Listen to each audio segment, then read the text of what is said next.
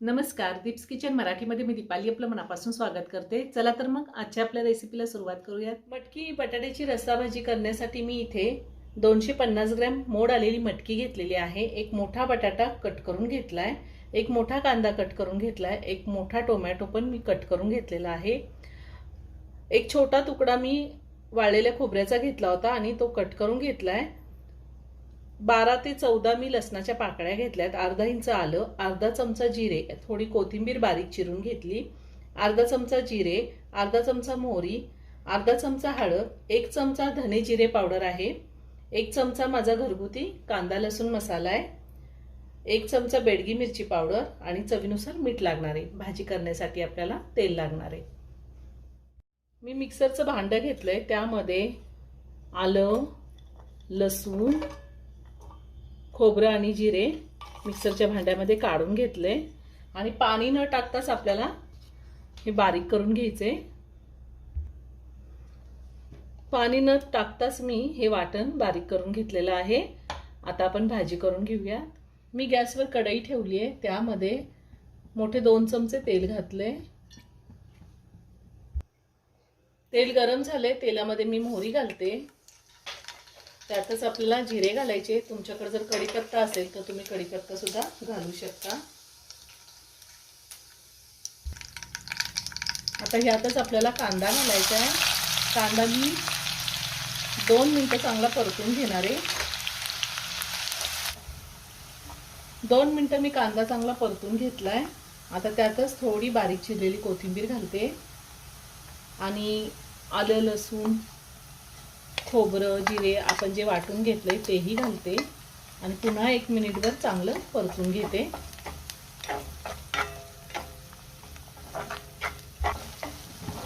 एक मिनिटभर मी वाटण चांगलं परतून घेतलेलं आहे। आता आपल्याला त्यामध्ये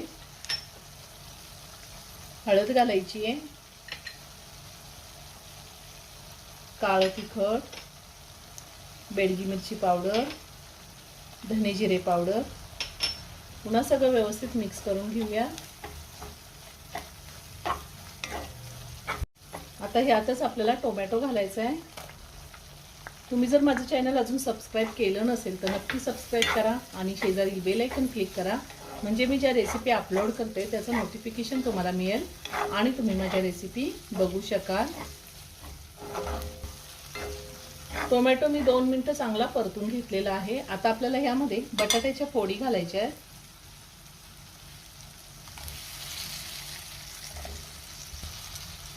आणि 2 मिनिटं बटाट्याच्या फोडी आपण चांगल्या परतून घ्यायच्या आहेत। बटाट्याच्या फोडी मी 2 मिनिटं परतून घेतलेल्या आहेत। आता अगदी थोडंसं पाणी घालणार आहे। पाणी जास्त नाही घालायचं, अगदी थोडं घालायचं, म्हणजे आपले मसाले करपणार नाही। आणि 2 मिनिटं झाकण ठेवून पुन्हा मी एकदा वाफ काढून घेणार आहे। बटाटा शिजायला जास्त वेळ लागतो, त्यामुळे मी आधी एक वाफ काढून घेणार आहे। 2 मिनिटं मी झाकण ठेवून बटाटे चांगले वाफवून घेतलेले आहे। मसाल्याचा खूप छान सुगंध सुटलाय घरामध्ये। आता ह्यामध्ये आपल्याला मटकी घालायची आहे। या पद्धतीने भाजी केली तर खूप छान होते आणि पुन्हा सगळं व्यवस्थित मिक्स करून घेऊया। मटकी घातल्यावर मी सगळं व्यवस्थित मिक्स करून घेतलंय आणि 2 मिनिटं परतून सुद्धा घेतलेली आहे मटकी। आता पुन्हा वरतून थोडी कोथिंबीर घालते, चवीनुसार मीठ घालायचे आपल्याला आणि पाणी घालायचे। पाणी मी आधीच गरम करून घेतलेलं आहे।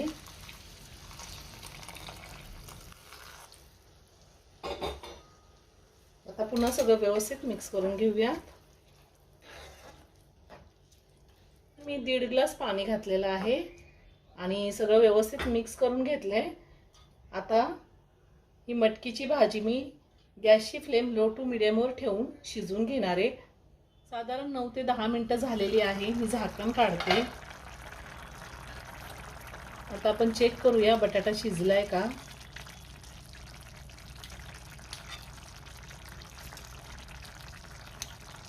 बटाटा छान शिजला आहे। भाजी आपली तयार करून झालेली आहे।